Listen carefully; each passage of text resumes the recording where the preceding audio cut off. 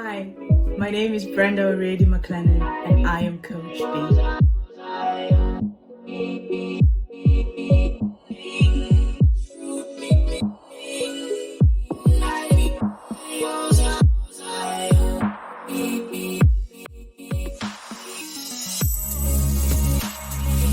just want to welcome you to my latest video, and today we're going to be talking about how to maintain the good.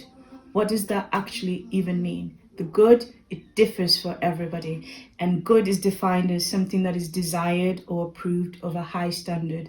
And because it's different for everybody, it might be different for you as it is for me. So I'm going to give you some examples of what good could be in your life. Imagine you've been going through a rough patch with your partner and you finally got to a good place and you're able to communicate. That is a good. And how can you maintain that? A good can be being motivated to pursue goals, learning a new skills, finally getting your kids into a routine. How do you maintain that? But also, good can be stuff that is happening in you. If you've been going through a season of discouragement and finally you have peace, how do I maintain my peace? If you've been going through a state of being sad and you finally got joy in your soul, how do I maintain the joy? So good can be whatever is happening in your life that is important to you, that has been desired and is approved and is of a high standard. So remember, because the good can be affected by external circumstances and external factors, it will take effort to maintain it. Somebody say effort. It's going to take effort to maintain the good things that are happening in your life. The minute you lapse, you go right back into what you were trying to come out of. And remember that if you cannot manage yourself, it will be very difficult to manage the things that affect you, that are external to you. And so today I'm going to try and give you 5 points that can help you to maintain the good in your life. And the first very important is reflection. I'm going to repeat that. Reflection. A lot of times we do not take time to really sit and evaluate our life. Reflection. And really find out, how often do me and my partner get to this state? How often do I really pursue these skills? How often do I get discouraged?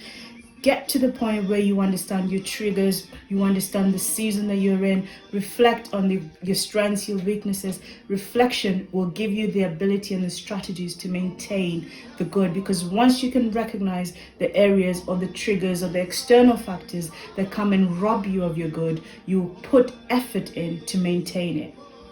Number 2, identify patterns and behavior. This only happens if you take time to do reflection.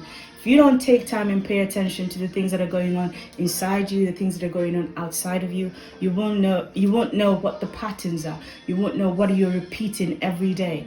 It could be something that you're doing, it could be something that somebody else is doing, it could be something that is actually you've never paid attention to. What are the behaviors that keep getting me into this place? What are the behaviors that are taking out the joy and the peace in my life?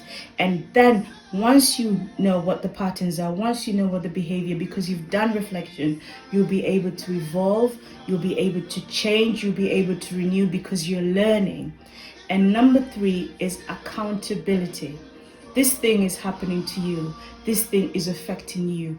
Take accountability to what part you play in it. What role do I play?